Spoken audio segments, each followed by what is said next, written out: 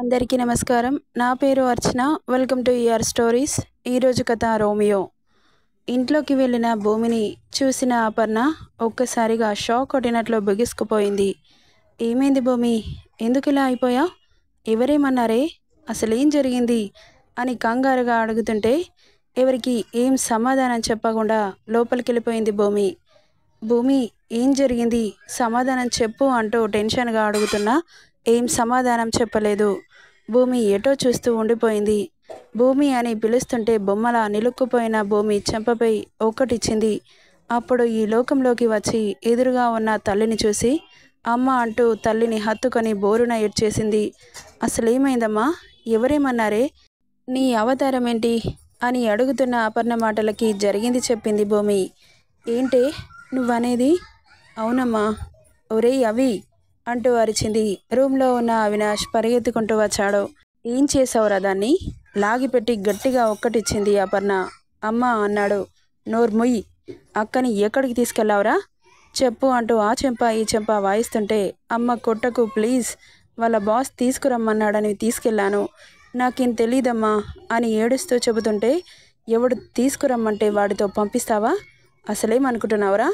వాడెవడో తీసుకురమ్మంటే నువ్వెందుకు తీసుకెళ్ళావు? అయ్యో అది కాదమ్మా, ఆఫీస్లో ఎక్కువ అవర్స్ వర్క్ చేయాల్సి వస్తుందని ఇంట్లోనే ఉండి చేసుకోవచ్చు, మీ అక్కకి వర్క్ని ఎక్స్ప్లెయిన్ చేస్తాను తీసుకురమ్మని చెబితే తీసుకెళ్ళాను, కానీ అసలేం జరిగిందో నాకు తెలీదమ్మా, మాట్లాడకు. అక్క జీవితం నాశనం కావడానికి నువ్వే కారణం అనగానే షాక్ అయ్యాడు. అసలేం జరిగిందక్క అన్నాడు అవినాష్ భూమి వైపు తిరిగి. తన అవతారం చూడగానే ఏదో డౌట్గా అనిపించింది. అతను నిన్ను ఏమైనా చేశాడా అక్క?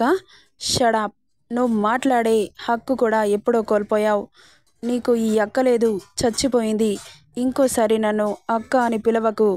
గొర్రె కసాయివాడిని నమ్మినట్లు ఆ కసాయివాడికి నన్ను వదిలిపెట్టి వచ్చేశావు. అసలేం జరిగిందో చెప్పక్క అని కంగారుగా అడుగుతుంటే అవినాష్ కాలర్ పట్టి మీ అక్కని ఏం చేద్దామని వాడికి వదిలిపెట్టి వచ్చావురా? నీకేం పాపం చేసిందని అక్కడికి నేను చెబుతూనే ఉన్నాను, నన్ను తీసుకెళ్ళిపో అవి అని. కానీ నువ్వు విన్నావా? నా ఫ్రెండ్ కాల్ చేస్తున్నాడని అబద్ధం చెప్పి వచ్చేసావు. వాడు నన్ను ఏం చేయలేక నా జీవితం మీద కొట్టాడు.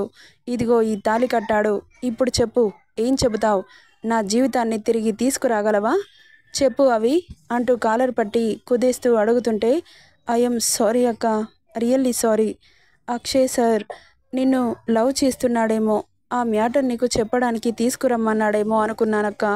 అంత మంచి అబ్బాయిని నాన్న నీకు ఎలాగో తీసుకురాడు, కనీసం ఈ విధంగానైనా నీ లైఫ్ సెటిల్ అవుతుందని అలా చేశాను, కానీ నీ జీవితాన్ని నాశనం చేయాలని నాకు లేదక్క, నిజంగా నన్ను నమ్ము అని ఏడుస్తూ చెబుతుంటే అసహనంగా అవినాష్ని చూసి కన్నీళ్లతో అక్క నుండి వెళ్ళిపోయింది భూమి. అక్కకి నీడగా ఉండాల్సింది పోయి ఎవడో వాడి గుణమేంటో తెలుసుకోక అలా వదిలేసి వచ్చినప్పుడే నువ్వు తమ్ముడుగా ఫెయిల్ అయ్యావు అనింది అపర్ణ. తల్లి మాటలకి చాలా బాధేసింది అతనికి. గొడవలు ఉన్న సంగతి తెలుసు, కానీ అతను బామ్మరిది అని ప్రేమగా పిలవగానే అక్కను కూడా ప్రేమిస్తున్నాడేమో అనుకొని అలా చేశాను, నా చేతులారా మా అక్క జీవితాన్ని నాశనం చేశాను అని బాధపడుతూ అక్కడే సోఫాలో కూలబడిపోయాడు. అప్పుడే లోపలికి వచ్చిన భూమి ఫాదర్, అసలేం జరిగింది అపర్ణ? బయటేంటి అలా గుసగుసలు పెట్టుకుంటున్నారు అంటున్న అతని మాటలకి మీరు లోపలికి రండి, మీతో మాట్లాడాలి అంటూ తన భర్తని లోపలికి తీసుకెళ్లి డోర్ వేసేసింది అపర్ణ. ఇక జరిగిందంతా అతనికి వివరించింది. ఏంటి అపర్ణ నువ్వు మాట్లాడేది? నా కూతురు జీవితాన్ని ఎలా నాశనం చేస్తాడు? అసలు వాడేవాడు నా కూతురు జీవితంలోకి రావడానికి? బాస్ అయినంత మాత్రాన అంత అన్యాయం చేస్తాడా? ఆగు, ఇప్పుడే వాడి మీద పోలీస్ కంప్లైంట్ ఇస్తాను అనుకుంటూ ఆవేశంగా బయటకు వస్తుంటే ఎందుకు నాన్న? ఉన్న ఈ కాస్త పరువు కూడా పోవడానికా? ప్లీజ్ పోలీస్ కంప్లైంట్ మాత్రం ఇవ్వకండి. గొప్పోళ్లతో మనం గెలవలేము. ఇప్పుడు పోలీస్ కంప్లైంట్ ఇచ్చినా కానీ వాడు డబ్బులతో పోలీసులని కొంటాడే కానీ వాడికి శిక్ష పడదు. కానీ నీ జీవితం అంటూ బాధపడుతున్న ప్రకాష్ మాటలకి నా జీవితం ఎలా జరగాలని ఉంటే అలా జరుగుతుంది. మీరు నా గురించి టెన్షన్ పడకండి. లేదమ్మా, నేను ఒకసారి వాడిని కలవాలి. అవసరం లేదు మావయ్య అన్న గొంతు వినిపించగానే తల తిప్పి అందరూ గుమ్మం వైపు చూశారు. ఎదురుగా అక్షయ్ హ్యాండ్స్ ఫోల్డ్ చేసుకొని సర్కాస్టింగ్ స్మైల్తో చూస్తూ, నా మీద పోలీస్ కంప్లైంట్ ఇస్తారా మావయ్య? ఏమనిస్తారు? నీ కూతుర్ని పాడు చేశానా లేక తాళి కట్టాననా అన్నాడు. రేయ్ అంటూ ఆవేశంగా లేస్తుంటే, కూల్ డౌన్ మావయ్య, మళ్ళీ బీపీ పెరుగుతుంది, దానితో హార్ట్ అటాక్ వస్తుంది, అవన్నీ మనకు అవసరమంటారా? ప్రశాంతంగా మాట్లాడుకుందాం అంటూ హాల్లో ఉన్న సోఫాలో కూర్చొని క్రాస్ లెగ్స్ వేస్తూ, చెప్పండి మావయ్య, మీ సమస్య ఏంటి? మీకు ఏ విధంగా సహాయపడగలను అన్నాడు డ్రామాటిక్గా.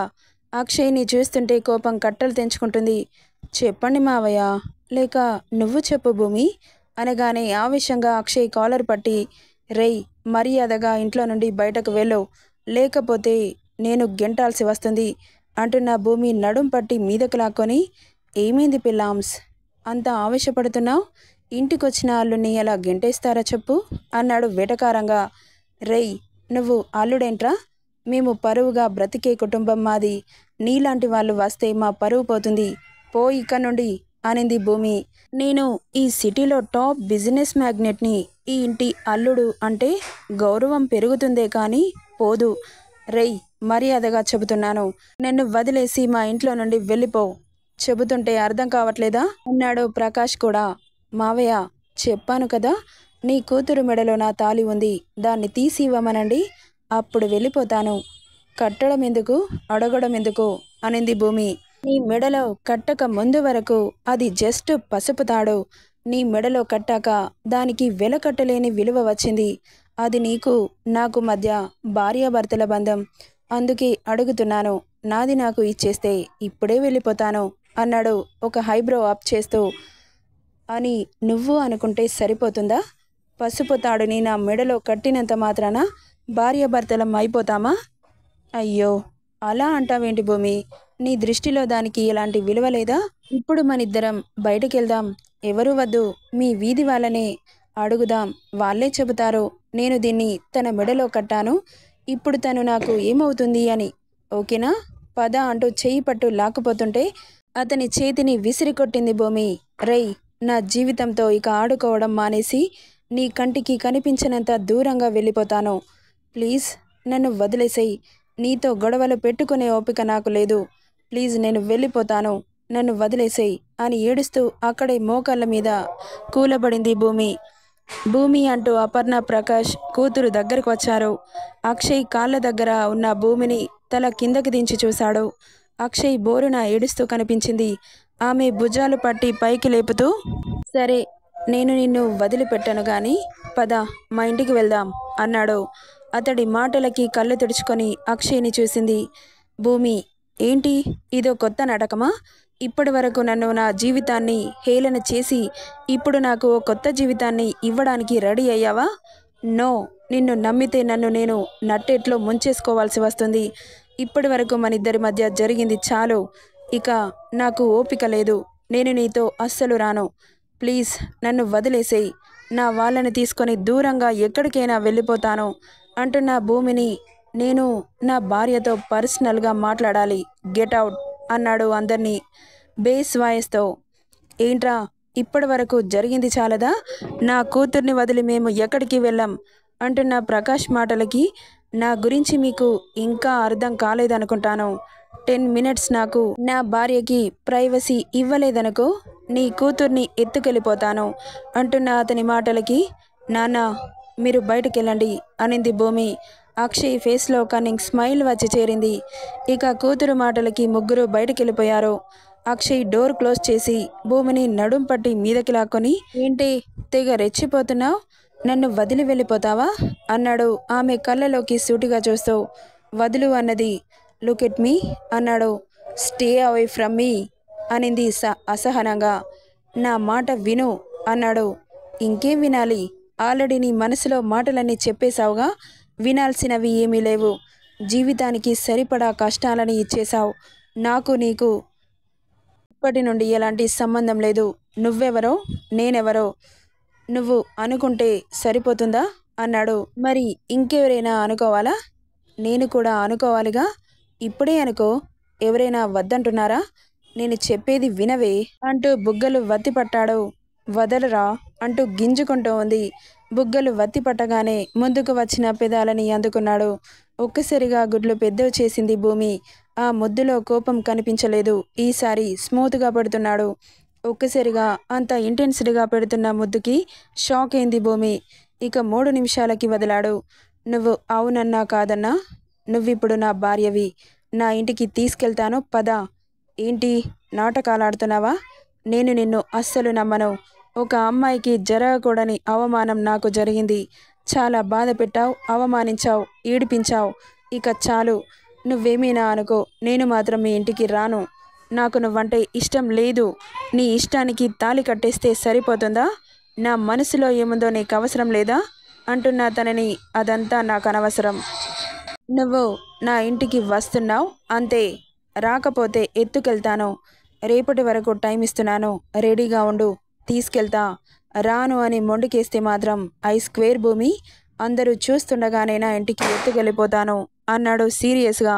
ఎక్కువ ఆలోచించి బుర్ర పాడు చేసుకోకు, వస్తా అని ఆమెను హత్తుకొని అక్కడి నుండి వెళ్ళిపోయాడు అక్షయ్. వెళ్తున్న అతన్ని కన్నీళ్లతో చూస్తూ గోడకి జారగలపడి ఏడుస్తూ ఉంది. అతను అలా వెళ్ళిపోయాడో లేదో పరిగెత్తుకుంటూ లోపలికొచ్చారు భూమి పేరెంట్స్. ఏమింది తల్లి, ఏమన్నాడు అని కంగారుగా అడుగుతుంటే జరిగింది చెప్పింది భూమి. మరేం చేద్దామంటావు? అతను కోపంతో కట్టిన బాధతో కట్టిన పెళ్ళే అవుతుంది. మరి అతను చెప్పిన దానికి ఒప్పుకోవచ్చు కదా భూమి. ఇలా అందరితో మాటలు పడే బదులు అత్తారింట్లో గౌరవంగా బ్రతుకుతావు అనింది అపర్ణ. అమ్మా, నా వల్ల నీ ఇంటి పరువు పోతుందని అలా అంటున్నావు కదా భూమి. అలా అంటావేంటే? నీ ఇల్లు నా ఇల్లేంటి? మరి ఇంకేమనాలమ్మా? అది కాదురా అమ్మా, వాడు నన్ను చాలా అవమానపరిచాడు. వాడి మీద కోపం, ద్వేషం, అసహ్యం తప్ప నా మనసులో ఇంకేం ఫీలింగ్స్ లేవు. అలాంటి మనిషితో నేను ఉండలేను. మనం ఇప్పుడే ఈ క్షణమే వాడు రాకముందే ఎవరికీ తెలియకుండా ఇక్కడి నుండి వెళ్ళిపోదాం. నేను మిమ్మల్ని ఒంటరిగా వదిలిపెట్టలేను. పదండి, ఇప్పుడే బట్టలు సర్దుకోండి అంటూ తొందర చేసింది. అదేంటమ్మా కదలట్లేదు? ఇంత పెద్ద ఇల్లు పెట్టుకొని ఎక్కడికి వెళ్తాం భూమి? మనకి ఎవరున్నారని? ఇప్పుడు అర్ధాంతరంగా ఇలా వెళ్ళిపోతే ఏమైపోతాం? నేను చెప్పేది అర్థం చేసుకో భూమి. నా మీద నమ్మకం లేదా అమ్మా? నాన్నగారు మీరు కూడా నన్ను నమ్మట్లేదా? అయ్యో అది కాదమ్మా. లేక నన్ను అత్తారింటికి పంపించాలని చూస్తున్నారా? మీ అందరికీ నేను భారంగా మారిపోయాను కదా. అయ్యో అదేంటమ్మా అలా అంటావు? మరి ఇంకేంటి నాన్న, మనం ఇక్కడే ఉంటే ఇంకా మాటలు పడాల్సి వస్తుంది. ఇప్పుడే ఈ క్షణమే ఇక్కడి నుండి వెళ్ళిపోదాం. వాడు వస్తే నన్ను నిర్దాక్షిణ్యంగా ఎత్తుకెళ్ళిపోతాడు. మనల్ని చూసి అందరూ నవ్వుతారు కానీ భరోసా ఇవ్వరు. పదండి అంటూ అక్కడి నుండి కదిలింది భూమి. ఇక అనుకున్నదే తడవుగా బట్టలన్నీ వస్తువులన్నీ సర్దుకొని అక్కడి నుండి వెళ్ళిపోతుంటే ఆ వీధి వాళ్ళంతా చీచి, చెడిపోయి వచ్చిన ఆడదాన్ని ఇన్నాళ్ళుగా మంచిది అని నమ్మాం, ఇలాంటిదే అని తెలిస్తే అస్సలు ఈ వీధికి కూడా రానిచ్చేవాళ్ళం కాదు అని నలుగురు నానా రకాలుగా మాట్లాడుతుంటే తల తీసేసినట్లయి గుండె బరువెక్కిపోయింది. అందరికీ కన్నీళ్లతో అక్కడి నుండి వెళ్ళిపోయారు. నన్ను క్షమించండి నాన్న, నా వల్లే ఇదంతా అని తండ్రిని హత్తుకొని ఏడ్చేసింది భూమి. అయ్యో నీ తప్పేముంది భూమి, అంత నా కర్మ. కూతురు సంపాదిస్తే బ్రతికే తండ్రిని నేను. ఇక ఇప్పటి నుండి ఇలా జరగకుండా నేను చూసుకుంటాను అంటూ అక్కడి నుండి వెళ్ళిపోయారు.